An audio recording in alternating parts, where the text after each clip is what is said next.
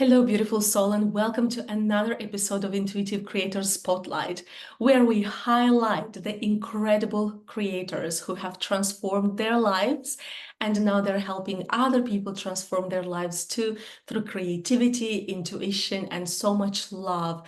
Today, we have here as our guest Chelsea. Chelsea is the creator of a unique organizational system that doesn't rely on traditional methods, but instead embraces personal preferences and a more scientific approach as well. But we will talk about this during this interview, and I'm super excited about this episode today. I am Stella, your host, and if you're new to our channel, please take a moment to subscribe, like this video, watch it, and let us know your thoughts. Hi, Chelsea. Welcome to this episode. Hi, and thank you for having me. So I mentioned in the introduction that your method when it comes to organizational steps or routines or rules is not the traditional type of system. What does that mean for you and your clients? Well, first of all, you said a word right there that doesn't exist in my world: rules. There are no rules when it comes to organization in my system. They're typically, and the traditional route is get rid of everything you don't need. And I just cannot support that. There are certain people who can live, can live that minimalistic life. But as you can see, I like stuff, I like items. I've gotten very attached to some items because they hold memories and they're triggers for those memories. So I really embrace having people have what they want and what they need. So in my route, in my system, decluttering is a step, but it's not the main focus when it comes to organizing. The main focus is creating the system that will embrace your lifestyle and allows you to have the items that you want and incorporate them into an organizing system. You said this so beautifully, and I could just feel the love. And we had a conversation earlier, and I mentioned to you that through every story that you share with me, showing me, the items that you remember somebody gave them to you, or items that remind you of certain moments in your life, I can tell how much love you have for everything that you've experienced in this lifetime. And you are encouraging your clients to honor those memories too. So, why do you feel this is important, especially when people go through transitions in life? So you have, these bonds with people in your life, and when they pass away, those items become a little more important to you. So transitioning to losing that person, it kind of helps you because you have that comfort of that item. So, for example, I had a neighbor that lived behind us, and he was like another grandfather to me. And I just found out about a week ago that he passed away. And this speaker right here was a gift from him.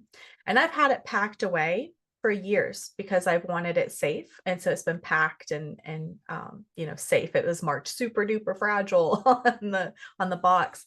But when I got the message that he had passed away, I went and I dug it out and I put it out on display. Like these flowers up here were from one of my cousin's weddings that we held in her wedding. The little jar it's in, my mom made and gave me. It's called a tear jar. So it's supposed to collect tears. I've got my chemistry sets and you can't really see the vase down here, was used in a wedding. And then, paintings that my mom did. So everything has special memories. And I think watching my grandpa, he would, before he passed away, he would take the nurse around the house. They would do a lap, and he would stop at every curio cabinet every single time, and would go through every item and tell her what item was what, who gave it to him, what the story was behind it. And so I went with my grandma recently, and we went around her house to every single cabinet in every single room of the house. And she told me every story for just about every single item she could remember. So it shows to you that those items hold a special place in your heart and they bring those memories to you, good or bad. And it just kind of helps you get through the day, because if you're having a bad day, you can go and you can sit next to these items and you can just remember happy memories. Or the transition of the ending of a relationship, be it, a romantic relationship or a family member that you've distanced yourself from, whatever that relationship may be, getting those items out of the room, out of your space, whether it's boxing it up, giving it away, donating it, whatever you want to do, getting it out of your space helps you be less stressful and more comfortable in your space as well. Items have a lot more impact on your stress levels and your internal than people realize. Mm. Thank you for bringing this message here. Clearly, it had to be shared in this episode, and it is important when, especially when we go through these kind of transitions, to hear these kind of reminders that, it's not weird that I want to keep something that's so important to me. It's actually something that can help me, especially in those bad days, or if we go through grief and like all of these emotions. Now, you mentioned in your story, Chelsea, that all these expectations from society about maintaining this very organized home and environment can make things even harder for people. So, how do you think these expectations can affect people, especially women who have to be present in so many different ways in their home and careers and everything else that's in their lives? Yeah. So you see on media, on Pinterest, everywhere around you are these picture perfect rooms. Like everything has its exact spot. There's nothing on the surfaces. It's pristine. And you're basically told that that's what you're supposed to aim for. And if you don't achieve that, then you feel guilty. You feel like you're a letdown. You feel like you're a failure. You're stressed because you're trying to achieve that. But maybe you're a mom who is working and has children, I mean, young children, and they come around, they make a mess. That's just what kids do. Pets, they make a mess. That's what kids do. Spouses, they make a mess. That's what they do. So you're trying to keep up with all these people on top of your life, your responsibilities, what you have to do throughout the day. Your home is going to get messy. It's just how it works. So accepting that there's going to be mess is a really big part of letting go of that stress and letting go of those expectations. But what you've got to be able to do is create a system where cleaning that mess up is easier and quicker than trying to reorganize the whole pantry every single week. So if you have a system in place, then picking up those toys and tossing them where they belong is easier at the end of the night. Or I had one person ask me, sorry, my dog is coughing. I don't know if it's picking it up or not, um, but I had one person reach out to me who their child would play in their room, and it would just, toys would just be everywhere. And so one of my recommendations was just keep a basket by the door. And at the end of the night, pick all the toys up and throw them in the basket. And then the next day you can put them away. So you don't have to put everything away immediately. Just create a system that enables you to put things away easier when it's, more convenient for you, whether that's at night you do a cleaning, in the morning you do a cleaning, whatever. Or picking little moments like while your coffee's brewing, while dinner's cooking in the oven, doing little tasks in the kitchen while you're waiting, these downtimes where you would normally be scrolling through TikTok or Facebook. Instead of doing that, just do a little cleaning up around the area. So figuring out little systems to clean the house instead of maintaining perfection will be a lot more attainable for you and a lot less stressful. And it would help a lot with the mental health because we hear so much about that everywhere. So especially as moms who have to juggle so much, it's I love the advice that you gave regarding toys, because then the next day kids will play again with those Yep. toys. So it's not like if you put them nicely on a shelf and clean them and make it all perfect, that it's just gonna stay there. It doesn't really happen. And especially if you have kids who are so curious about your makeup makeup products as well, because I know from my experience, Mhm. you can't just say, don't look there, don't play, don't try. You just have to kind of encourage them as well to explore their personalities too, because they are curious. And if we cut their curiosity just because we want to make a perfect home, then later they'll just be like, yeah, but you didn't allow me to try that. Like, so I don't know. I didn't know that I'm good at painting, for example, or stuff. And I actually remember, I think there is a person, she's quite famous, Marie Kondo, is this her Yeah. name? And I remember reading an article, she was talking about how perfect everything used to be for her, and like she created a big brand out of that until she had children. Her And then third she child. Hmm. yeah, and then she realized that actually it's not necessarily practical or not necessarily sustainable to keep this perfect type of environment all the time. And you also want to have the quality time with your family as well, Yeah. isn't it? Yeah. Yeah. That's one of my things. It's always like, even Marie Kondo doesn't Marie Kondo anymore. Like, I love her, keep things that the sparks joy.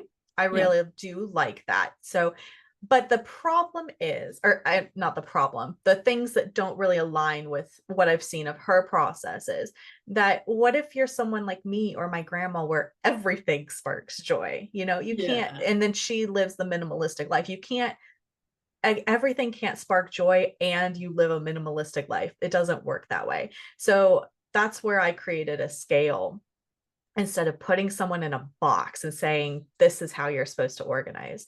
You find the area and you find where you're on the scale for that area on how many items you want to present and how complex you want your system to be. And each area can be different. That's another thing people don't realize is they think their whole house has to be minimalistic and clean and crisp and nothing on the surfaces, but maybe that's how you want your kitchen, but you want your living room to display all of your items or your bedroom Mhm. display or your office display. So each area of your house can have a different system in it.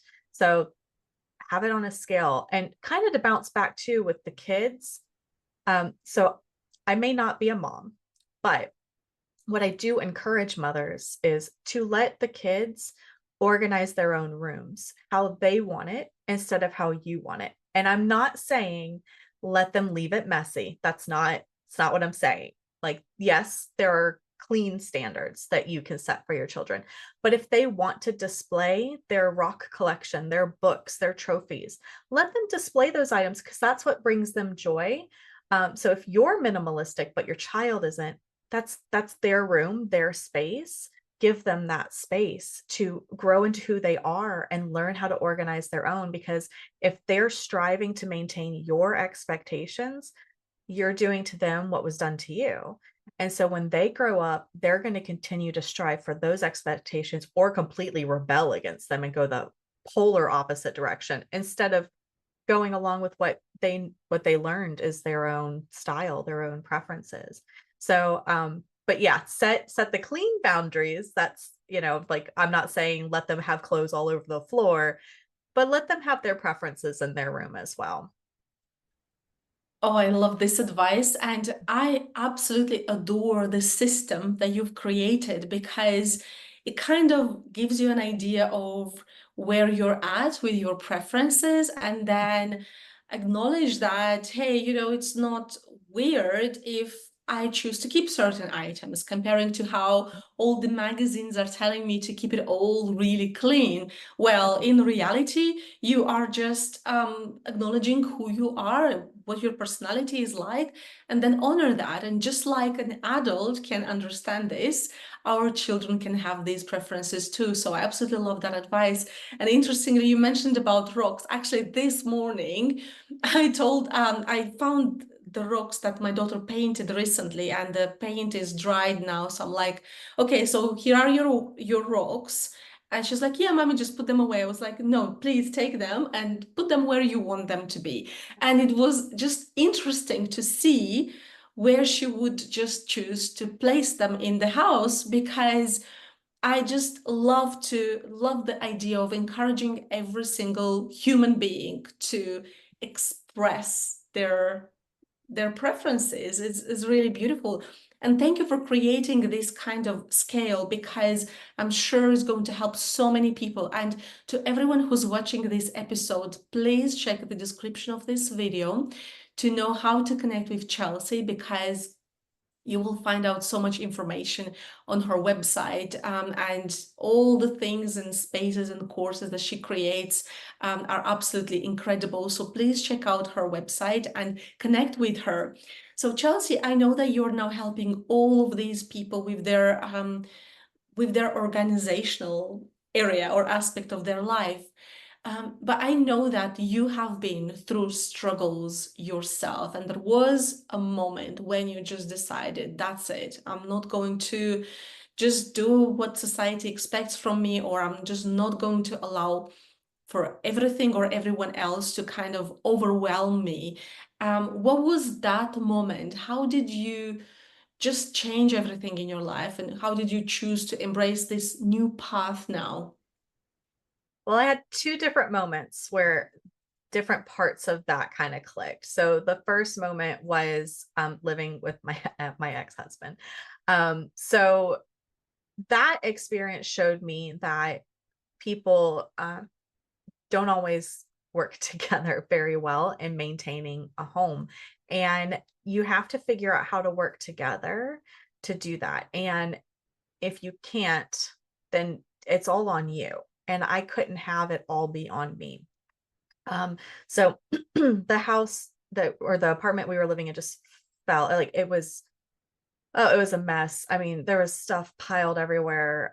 There were dirty dishes everywhere. I remember one time going to throw away a dish of his, and I pulled back a wrapper that was on it, and there were maggots on the plate. And I was like, okay, I cannot live like this anymore. I mean, there you can see those shows on like hoarders, and we weren't quite that level, but you know how they always have those little paths. Well, we were getting to where we would have paths, like there was no dining room. It was just filled with boxes. Every closet was full. There were piles of laundry everywhere. Um, and I finally like it took a long time for it to get that way too. And that's something people don't really understand about, the clutter is it can be gradual and you acclimate to it. So you don't really notice it. Like it's just part of your life. It's your daily life. So, it gradually increased and I acclimated to it every day until what that day. And I finally sat back and looked around and I was like, oh my gosh, I can't live like this. I wasn't me anymore. Like my mom described me as a hollow shell of myself. She said that there was no sparkle in my eye anymore. And that's when I realized that your environment can either fuel you or it can suck you dry. And mine was sucking me dry.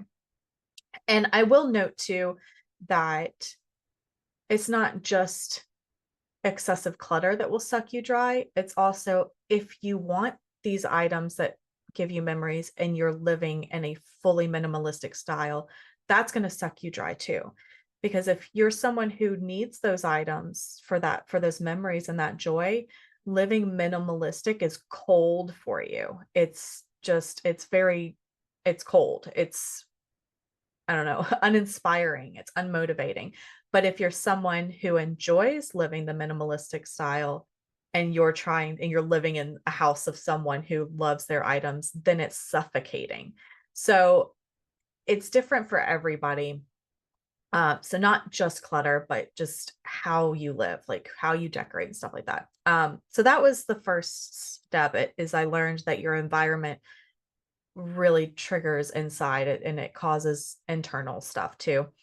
And then once I got out of that, I was organizing my grandma's house, which is next to my aunt's house and my mother-daughter, and they're polar opposites in how they organize. My grandma is very what I call holographic. So on my scale, holographic means that you love like you want everything on display. And my aunt is the opposite, which I call matte, so very minimalistic. So they were polar opposite ends of the scale in every area. And that's when I realized that even mother daughters can be so different in how they value items and how they want to style their homes. And so that's when that clicked. And I was like, okay, there needs to be something like a scale or, personalities or a preference or something. And so that's when I started thinking about creating these scales that I created. So it was interesting to learn that, my grandma, like I said before, can tell you what if you ask her where something is, she'll tell you exactly where it is. Her house is full of stuff. I mean, she has curio cabinets and everything everywhere with items. But if you ask her where something specific is, she knows where it's at. So it's organized. But someone like my aunt, who is opposite would come in and they would be like, oh, this is cluttered. But if you go into my aunt's house, my grandma goes to my aunt's house, she wouldn't be able to live like that because it's so minimalistic. So it's very, and that's another thing too that I realized is that when my aunt would come and try to help my grandma clean or organize, she would try to get her to get rid of stuff because that's how she feels. But my Mhm. grandma can't do that. And so understanding how different people are in their preferences and how differently they organize will help you help them better and be more effective and more understanding and more compassionate about how they treat their own items as well. So, what can somebody do when they realize that, okay, they have a minimalistic style, for example, and their partner or spouse, they prefer the The complete hologram. opposite? Like, what can Yep. they do in this kind of situation? So that's where communication really comes into play, figuring out a compromise. So let's say, for example, my aunt and my grandma had to live together. Okay.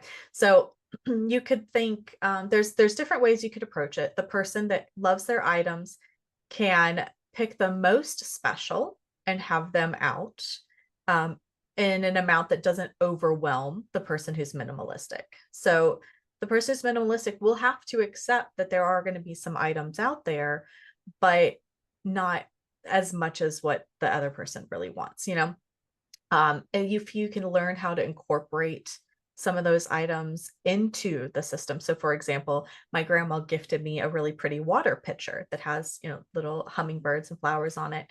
And I don't have a use for a water pitcher like that. But I didn't want to just put it in a box in the back of my closet. So I use it in my kitchen to hold her cooking utensils. So finding a way to use those items that are special to you. So they're on display, but they're also useful is something that the person who enjoys collecting items can do. And then another thing is you could pick items to display on rotation. So each season you switch the items out. So that way you can enjoy all of your items throughout the seasons and it changes. So it's not overwhelming to the minimalistic person. And then the person who enjoys their items can still enjoy them kind of on a rotation. But yeah, absolutely. And having your own spaces if you're able. I know that some places, you can't have your own office, your own room, your own space, or just even a corner, your own little space. So if everyone can have their own little space where they can set it up the way they want to and their preferences, and that's their area where the other person can't touch, that really helps as well. If you're able to do that. But yeah, communication and just finding that compromise is huge in organizing when you're opposites. And it can even come that way if both people enjoy their items because Mm-hmm. they want their items out, they Mm-hmm. want their memories out. So then you have to compromise on who gets what out when.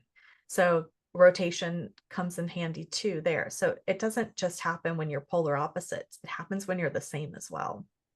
Very interesting. Interesting points because, yeah, like you mentioned a few times, communication is so important because that's how you will not only that you will create an environment that feels good, but you also contribute to like the overall well-being and the positive state between the two people too. And this is important because you don't want your life to be in tension all the time. And yes, it's a great point that, yeah, it can happen when there are two people that are totally opposite, and then it can also happen when they are the same. And yeah, when they're the same, I think it's even like, okay, it can take even more communication, to just, okay, I'll have my stuff here and stuff and your stuff there. And also the fact that you can rotate and bring out items that resonate with you, but also to bring them in seasons. What an amazing idea. What an amazing thing to do, because this way you will just know, just like you have your Christmas stuff that you bring out just for Christmas, you will have your stuff that you bring out for spring or like other periods of your life when maybe it reminds you of something. And I'm super, super grateful that you brought up these thoughts and you brought them into our awareness through this interview here. So before we end this episode, I really want to ask this question, because I guess many people who are watching these episodes will feel like, okay, so this episode is a clear reminder for me that it's time for me to change something. And some people may be feeling like, okay, it's just nice to rearrange stuff in my house.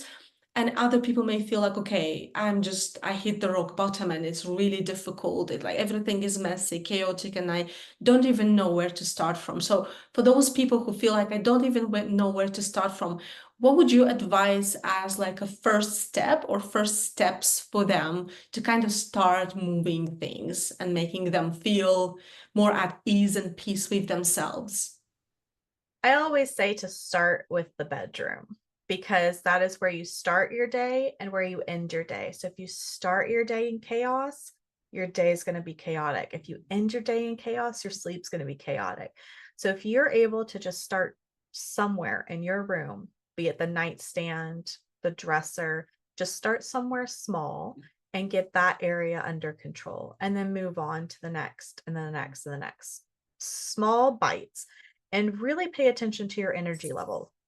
Don't continue to organize until you're exhausted, because then you're going to remember the exhaustion and you're not going to want to do it again and it's going to overwhelm you. So figure out where your limits are and stop before you're exhausted. And then again, like I said before, if you're waiting for your coffee to brew or your dinner to cook in the oven, just do a little task somewhere, maybe in the kitchen, and get one counter cleared off, or do the dishes real quick or something like that. If you don't want to start in the bedroom, figure out what area either you use the most or is causing you the most stress and tackle those areas. Because if you're in that area and you're using it the most and it's a big part of your day, then that's an area that really needs the system to keep up with your lifestyle. Support system. You really need a support system with this, because going through those items is emotional.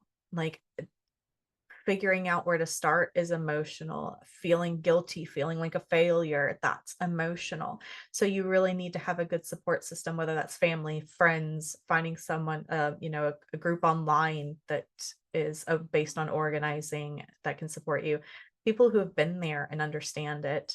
Because not everybody understands your connection with items. Those who can live minimalistic and enjoy that life, they don't understand your connection to that item. To them, it's just a beaker. Like, why are you keeping that? But to me, it's a memory of it being gifted, and it's just not something that they can relate to, and that's okay. It's understandable. So finding people, that support system to help you kind of tackle through it and cheer you on. And if there's a day where you can't do anything, don't do anything. Don't push yourself too much, because then you're going to dread it and you're going to hate it and it's going to be negative. And then some tips to kind of make it a little more fun, maybe, or bring in a little self-care, is lighting a candle while you're doing it, your favorite candle. So you get that scent in there, putting on your favorite music or a podcast or an audiobook while you're doing it. Dance while you're organizing if you have to, like open the windows to let some fresh air in, open the blinds to let the sunlight in. Anything that kind of helps make it a little more enjoyable will help you get through it a little bit easier. Thank you so much, Chelsea. And to everyone who's watching us, if they feel that they want to connect with you and receive your support, help, guidance, or just to make sure they're connected, how can they do that the easiest? And then what can they expect to find once they come into your spaces?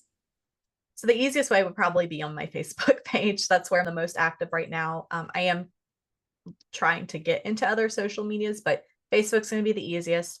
I have been trying to post every day, working on getting better about that, but posting stuff that's relatable, giving you an insight behind the scenes of my own projects at home, because like your life changes, things happen in your life, so then you have to adjust and redo a system.